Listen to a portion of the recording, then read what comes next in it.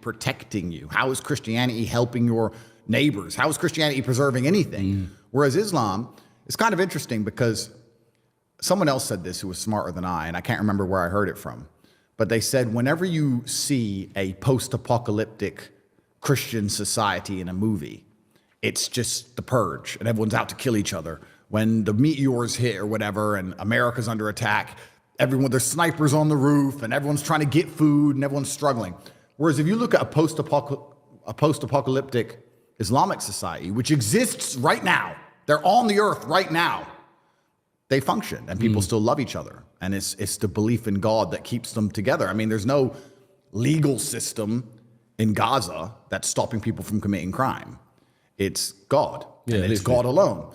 And then you sit and say, okay, well, the strength of that religion, even in the harshest possible conditions, can preserve to a degree the sanctity of society and human nature. I don't think a Christian country could do that. If you put a Christian country under the level of destruction Gaza's currently going through, I don't think people would sit and say, well, Jesus says I shouldn't steal. In fact, if you look at what happens during natural disasters in America, it's the absolute opposite. It's just looting and chaos. What is a Christian country anymore? I don't know. What is a Christian country?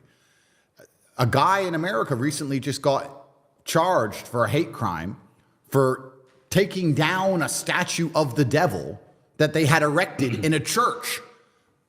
I'm mind blown. Like statue of a devil in a church. They put a statue of the devil in a church. That one makes sense. He walked in there and ripped it down, and he's being charged with a hate crime.